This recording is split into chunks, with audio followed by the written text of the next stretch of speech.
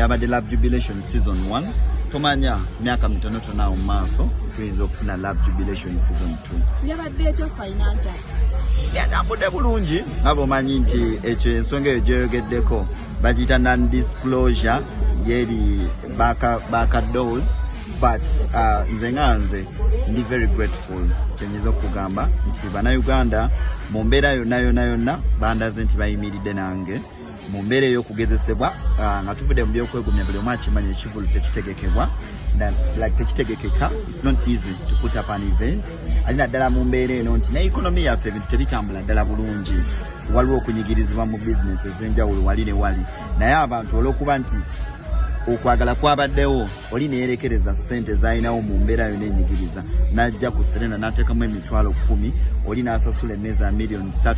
I can't take that for granted. Ebyaddala ndi musanyufu nnyo simanyi ngeri gye nnyinza kubalaga kusanyuka kwange n'ekyovola olaba mbakoowodde bannange mutuuseyo eddoboozi lyange nti ndi musanyufu nnyo ate ndi musiimu nnyo. bingi ebyabaawo nga tonateekawo ekivvulu ekyo era ng'okirangira tebagamba nno Serena weewanise wagenze wakiyinza okusala obagamba mwana nga bumanyi era ebyange ebigambo bitono nnyo ebikolwa bye bisinga, so kati baboogera babaayo era tubawulira naye tugezaako obutabawa nnyonnyo obudde netteeka amaanyi gaffe mu bikolwa. So kati buli yabadde alowooza nti oba twewanika oba twali tetutuuse, ebikolwa byogera okusinga ebigambo. Kati mba musabira busabizi Mukama mutaasa omutima bwe bityo.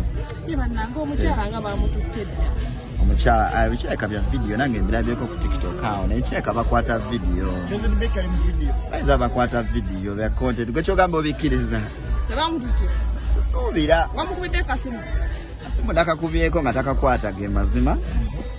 Nze nedowooza nkireka bya content ayinza okuba content, omanyi ennaku zino content mungi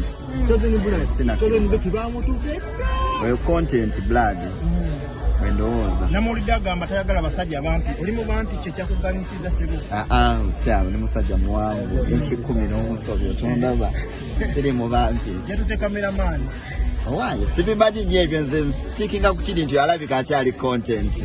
bigambo ki byogamba Chosen Becky? Mugamba asigala okubeera nga ali omukyalo oyo gwali kyali because nze kyensinga omwagalako ali very courageous, ali strong, you know. Abakyala bangi abalina omulabirako ne baguma nti mu mbeera yonna nze nga nze nali attracted ku character enti regardless of challenges zonna ezibaddewo ali strong, asigala representinga n'alabirira abaana be n'aweereza ate ekisingira ddala obulungi nze ndi faani wanyimbira bulungi.